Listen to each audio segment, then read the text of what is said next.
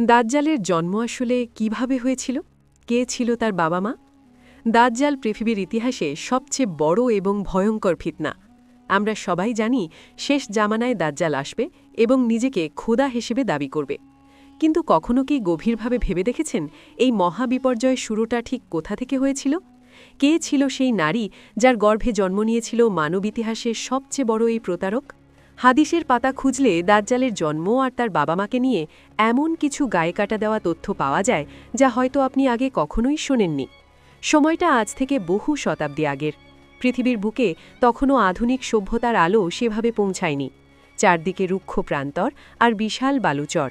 সব নবী ও রাসূলগণ তাদের নিজ নিজ উম্মতকে দাজ্জালের এই ভয়ঙ্কর ফিতনা সম্পর্কে সতর্ক করে গেছেন। কিন্তু এই দাজ্জালের শেকড় কোথায় লুকিয়েছিল? হাদিসের বর্ণনায় আমরা এক অদ্ভুত দম্পতির কথা জানতে পারি। এরা আর 10 জন সাধারণ মানুষের মতো ছিল না। তাদের শারীরিক গঠন, তাদের জীবনযাপন সবকিছুর মাঝেই লুকিয়েছিল এক চরম অস্বাভাবিকতা। নবীজি দাজ্জালের বাবা-মায়ের যে নিখুঁত বর্ণনা দিয়েছেন তা শুনলে যে কারো মনে এক অজানা ভয়ের সৃষ্টি হবে। দাজ্জালোর বাবা, সে দেখতে মোটেও সাধারণ ছিল না। তার উচ্চতা ছিল অস্বাভাবিক রকমের বেশি আর শরীর ছিল প্রচুর মাংসে ভরা। কিন্তু সবচেয়ে অদ্ভুত ছিল তার চেহারা। তার নাক ছিল কোনো শিকারী পাখির ঠোঁটের মতো লম্বা আর নিচের দিকে বাঁকানো। তার চোখের দৃষ্টিতে কোনো মায়া ছিল না, ছিল এক ধরনের বন্য হিংস্রতা। অন্যদিকে তার মা, সেও ছিল অদ্ভুত, বিশাল দেহের অধিকারী এক নারী। তার শারীরিক গঠন সাধারণ মানুষের সাথে একেবারেই বেমানান ছিল। এই দুজন মানুষকে দেখলে মনে হতো পৃথিবীর সমস্ত অমঙ্গল যেন তাদের মাঝেই এসে জড়ো হয়েছে। এই অদ্ভুত দম্পতির জীবনে কোনো শোক ছিল না। দীর্ঘ 30টি বছর তারা ছিল সম্পূর্ণ নিঃসন্তান। এই 30 বছর তাদের জীবনে যেন এক অভিশাপ হয়েছিল।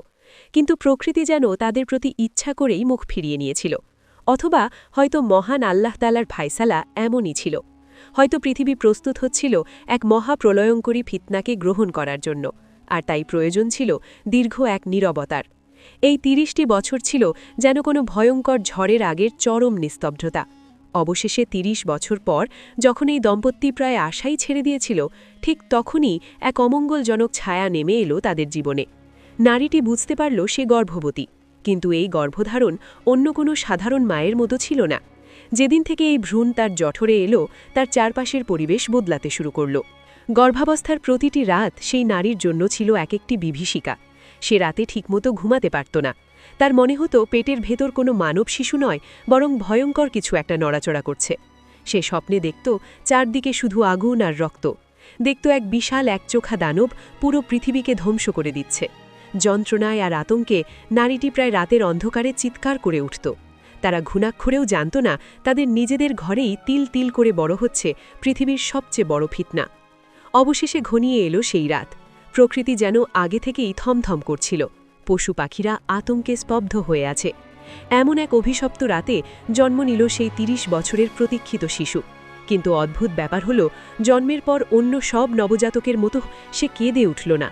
ঘরে কোনো আনন্দের বন্যা বয়ে গেল না, বরং পুরো ঘর এক হিমশীতল গায়ে কাটা দেওয়া নিস্তব্ধতায় ডুবে গেল।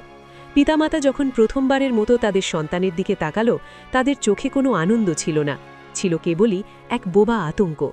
শিশুটির চেহারা ছিল ভয়ঙ্কর। তার দুটি চোখ সাধারণ মানুষের মতো ছিল না।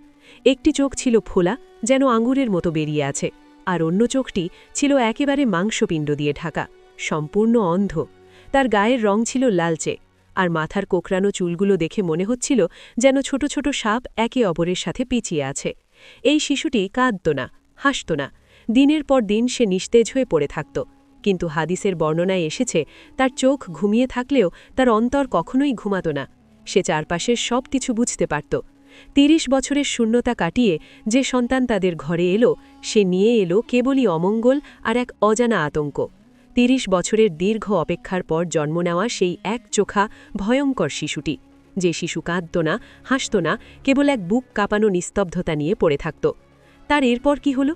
ইতিহাসের পাতা থেকে দাজ্জালের শৈশবের গল্পটুকু যেন কোনো এক অজানা জাদুতে হারিয়ে গেছে। সে কিভাবে বড় হলো, কিভাবে সে তার বাবা মায়ের ঘর থেকে বের হলো, তার কোনো বিস্তারিত তথ্যই কোথাও পাওয়া যায় না। কিন্তু এরপর তাকে পৃথিবীর বুকে যে অবস্থায় পাওয়া যায় তা আগের চেয়েও হাজার গুণ ভয়ঙ্কর। সময়টা তখন আমাদের প্রিয় নবীজি সাল্লাল্লাহু আলাইহি ওয়াসাল্লামের যুগ। বিখ্যাত সাহাবী ফাতেমা বিনতে কায়েস রাদিয়াল্লাহু আনহা থেকে একটি লোমহর্ষক হাদিস বর্ণিত আছে। তামিম নামের এক ব্যক্তি, যিনি তখনও ইসলাম গ্রহণ করেননি, ছিলেন একজন খ্রিস্টান পণ্ডিত। তিনি তার আরও ৩০ জন সঙ্গীকে নিয়ে একটি জাহাজে করে সমুদ্র ভ্রমণে বেরিয়েছিলেন। কিন্তু মাঝ সমুদ্রে হঠাৎ এক ভয়ঙ্কর ঝড় ওঠে, দিক হারিয়ে ফেলে তাদের জাহাজ। চারদিকে শুধু পানি আর পানি। বাঁচার সব আশা যখন তারা প্রায় ছেড়েই দিয়েছেন, ঠিক ১ মাস পর সূর্যাস্তের সময় তারা একটি অজানা দ্বীপের সন্ধান পান। দ্বীপটি দেখতে মোটেও স্বাভাবিক ছিল না। পৃথিবীর কোনো মানচিত্রে এই দ্বীপের নামগন্ধও নেই। জীবন বাঁচাতে তামিম আর দাড়ি এবং তার সঙ্গীরা ছোট নৌকায় করে সেই রহস্যময় দ্বীপে পা রাখলেন। কিন্তু দ্বীপে পা রাখতেই তাদের জন্য অপেক্ষা করছিল এক ভয়ঙ্কর চমক। তাদের সামনে এসে দাঁড়ালো অদ্ভুত এক বিশাল প্রাণী। প্রাণীটির সারা শরীর বড় বড় লোমে ঢাকা। লোমের কারণে তার মুখ কোনটা আর পেছন দিক কোনটা তা বোঝার কোনো উপায়ই ছিল না। তামিম আর দাড়ি এবং তার সঙ্গীরা ভয়ে শিউরে উঠলেন। তারা কাঁপা কাঁপা গলায় জিজ্ঞেস করলেন, কে তুমি? কি অদ্ভুত তোমার চেহারা? প্রাণীটি মানুষের ভাষায় অদ্ভুত এক স্বরে উত্তর দিল, আমি হলাম যশাসা, আমি গুপ্তচর যশাসা। যশাসা বলল, তোমরা ওই পুরনো গির্জার দিকে যাও। সেখানে এমন একজন মানুষ বন্দী আছে যে তোমাদের খবর জানার জন্য অধীর আগ্রহে অপেক্ষা করছে। প্রাণীটির কথা শুনে তামিম আর দাড়ি এবং তার সঙ্গীরা আর এক মুহূর্তও সেখানে দাঁড়ালেন না। ভয়ে কাঁপতে কাঁপতে তারা দ্রুত পা বাড়ালেন সেই পুরনো এবং অন্ধকার গির্জার দিকে। গির্জার ভেতরটা ছিল স্যাঁতসেঁতে অন্ধকার আর দম বন্ধ করা। গির্জার ভেতরে ঢুকেই তারা থমকে দাঁড়ালেন। তাদের চোখের সামনে এক অকল্পনীয় দৃশ্য। সেখানে শেকল দিয়ে শক্ত করে বেঁধে রাখা হয়েছে এক বিশাল আকৃতির দানবীয় মানুষকে। তার শরীরটা সাধারণ মানুষের চেয়ে বড় এবং ভয়ঙ্কর শক্তিশালী। তার ২ হাত গলার সাথে এবং ২ পা হাঁটু থেকে গোড়ালি পর্যন্ত লোহার ভারী শেকল দিয়ে এমনভাবে বাঁধা যে তার নড়ার কোনো উপায়ই নেই। বন্দি মানুষটি তাদের দেখেই অদ্ভুত সব প্রশ্ন করতে শুরু করল। সে তাদের নাম বা পরিচয় জানতে চাইল না। সে জানতে চাইল সিরিয়ার বাইসান এলাকার খেজুর বাগানের কথা, সেখানে এখনও ফল ধরে কিনা। সে জানতে চাইল তাইবেরিয়া বা তাবারিয়া সাগরের কথা, সেখানে এখনও পানি আছে কিনা। যখন তাকে জানানো হলো যে হ্যাঁ, সবকিছু এখনও ঠিক আছে, তখন সেই বন্দি মানুষটি এমন এক কথা বলল যা শুনে তামিম আর দাড়ির রক্ত হিম হয়ে গেল। বন্দি মুচটি হেসে বলল, খুব জলদি তাবারিয়া সাগরের পানি শুকিয়ে যাবে, বাইসানের বাগানে আর ফল ধরবে না, আর ঠিক তখনই আমি এই শেকল থেকে মুক্তি পাব। আমি হলাম মসিহ দাজ্জাল। আমি বের হয়ে আসব মক্কা আর মদিনা ছাড়া পৃথিবীর প্রতিটি কোণায়। আমি ঘুরে বেড়াব। পৃথিবীর পুরো নিয়ন্ত্রণ আমি আমার হাতে তুলে নেব। এই ভয়ঙ্কর অভিজ্ঞতার পর তামিম আর দাড়ি সেখান থেকে ফিরে আসেন এবং নবীজি সাল্লাল্লাহু আলাইহি ওয়াসাল্লামের কাছে এসে ইসলাম গ্রহণ করেন। তিনি পুরো ঘটনাটি নবীজির কাছে বর্ণনা করেন। নবীজি সব শুনে মসজিদে নববীতে সবাইকে জড়ো করেন এবং এই ভয়ঙ্কর সত্যটি পুরো মানব জাতির জন্য জানিয়ে দেন। হ্যাঁ, দাজ্জাল কোনো রূপকথার গল্প নয়, সে জন্মেছে, সে বড় হয়েছে এবং এই মুহূর্তে সে পৃথিবীরই কোনো অজানা দ্বীপে শেকলবদ্ধ অবস্থায় বন্দী আছে। দিন রাত সে অপেক্ষা করছে শুধু তার শেকল খোলার নির্দেশের জন্য। প্রিয় দর্শক, হাদিসে বলা সেই তাবারিয়া সাগরের পানি কিন্তু আজ সত্যিই শুকিয়ে যাচ্ছে। বাইসানের বাগানে আগের মতো আর খেজুর ধরে না। আলামতগুলো চোখের সামনে স্পষ্ট হয়ে উঠছে। দাজ্জালের মুক্তির সময় কি তবে ঘনিয়ে এলো?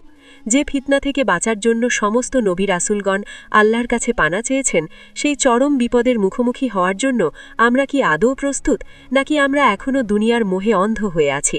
ভাবার সময় কিন্তু ফুরিয়ে আসছে।